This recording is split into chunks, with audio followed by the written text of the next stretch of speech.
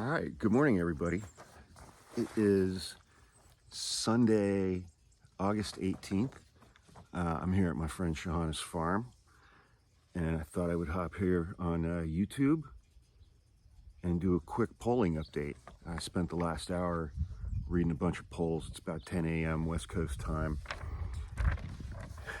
And first I want to talk about some Senate races. All the polling that I'm finding for Josh Hawley, his re-election in Missouri.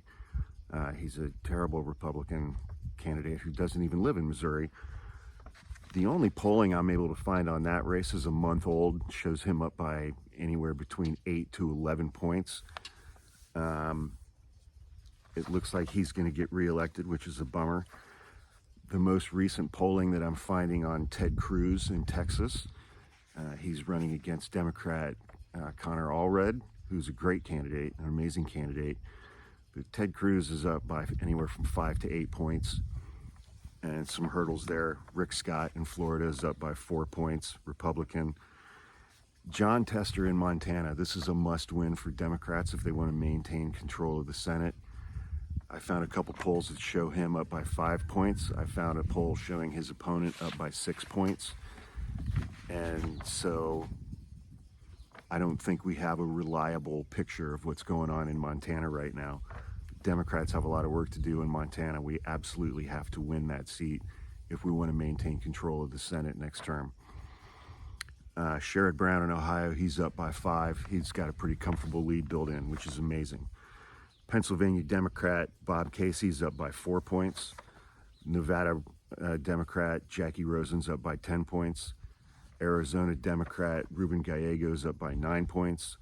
Wisconsin Democrat Tammy Baldwin is up by 8 points. North Carolina, there's no Senate race in North Carolina. Kamala's up by 2 points. If she flips that state, that would be amazing. North Carolina has 16 electoral college votes. But their Democratic candidate for governor, his last name is Stein, he's up by 10 points. Which brings me to my next point. In all of those states that I just listed, battleground states, Pennsylvania, Nevada, Arizona, Wisconsin, Michigan, North Carolina, except for North Carolina, there's no Senate race. But in those other 5 states, Democrats are polling in the lead for Senate races with much higher percentages and much bigger leads over their Republican counterparts than Kamala Harris currently has over Donald Trump. That means that she's got a lot of room to grow her support in those states. Pennsylvania, it's ping-ponging back and forth between Trump and Kamala, so I'm calling that state even right now, but Bob Casey is up by 4 points, Democrat for Senate. Nevada, Trump is up by 2 points, but Democratic Senate candidate Jackie Rosen, the incumbent, is up by 10 points. North Carolina, Kamala's up by 2 points, Democrat for governor, last name Stein, he's up by 10 points. Room to grow. Same in Pennsylvania. Same in Nevada.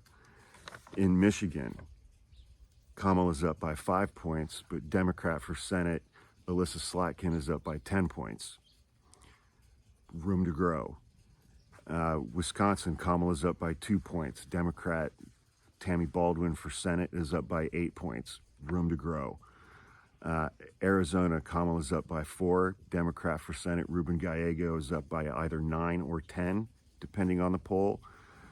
And then that brings us to Georgia. There are no statewide Democrats running for election of consequence this election cycle. There are no Senate candidates up for election in Georgia this election cycle. I've seen a bunch of polls where Kamala has either brought it to where they're tied or by Trump is ahead by anywhere between 2 to 5 points. Georgia, I've talked about a lot. Republicans in Georgia have legalized cheating in elections in Georgia. And I feel like they're really going to engage in legalized cheating when it comes to counting ballots and whose votes will count in the 2024 election.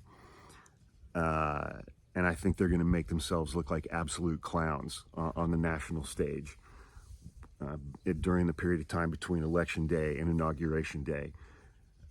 There are some true believers in Georgia. Fortunately, those do not include Governor Brian Kemp or Secretary of State Brad Raffensperger, who pushed back on Trump last time when Trump called Raffensperger and said, "Guys, come on, I need you to find me 11,780 votes," for which now Donald Trump has been indicted twice, once in Georgia, once in Washington, D.C.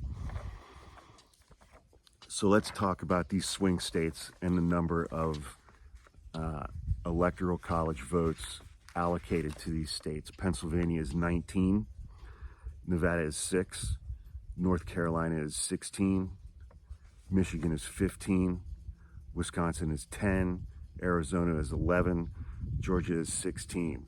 So looking at the current polling, and even though they're polling even in Pennsylvania, even if we allocate Pennsylvania to Donald Trump, the polling as it stands among these swing states right now would give Donald Trump 41 electoral college votes from those swing states. But from those swing states, even losing Pennsylvania and Georgia, Kamala Harris has 52.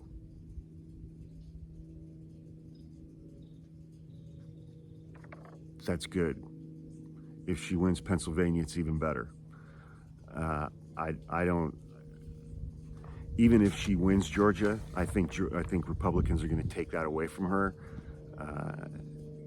And again, like I said, I think they're going to engage in so much shenanigans and tomfoolery with these election laws that they've passed over the last 4 years, that they're just going to they're going to overreach, as Republicans always do, and they're going to make themselves look like absolute fucking clowns.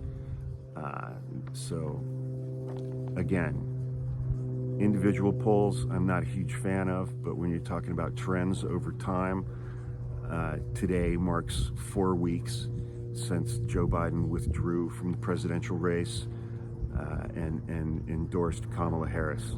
So in 4 weeks, she has erased, a 5 to 6 point nationwide polling lead and a 6 to 9 point advantage that Trump had in virtually all of these swing states. And this week, the 5th week of her campaign, is the Democratic National Convention. I think it's going to be an amazing convention. I think it's going to get much better ratings than Trump's Republican convention. And she's going to get a polling bump out of this that's going to last for a week or so. And that's going to take us past Labor Day into September, and early voting starts in a bunch of states in mid-September, around September 15th.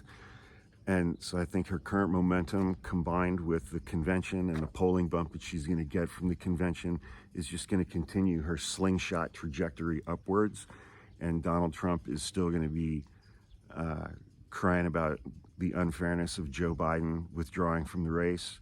And he's going to continue to attack Kamala Harris on her gender, her race, her racial identity, and her intelligence, continuing to turn off almost every woman in this country of voting age. And I hope he keeps doing that. And I think Donald Trump is going to lose in November. I think Kamala Harris is going to kick his ass. And then I think Donald Trump's going to go to prison for the rest of his life. I hope everybody has an amazing Sunday.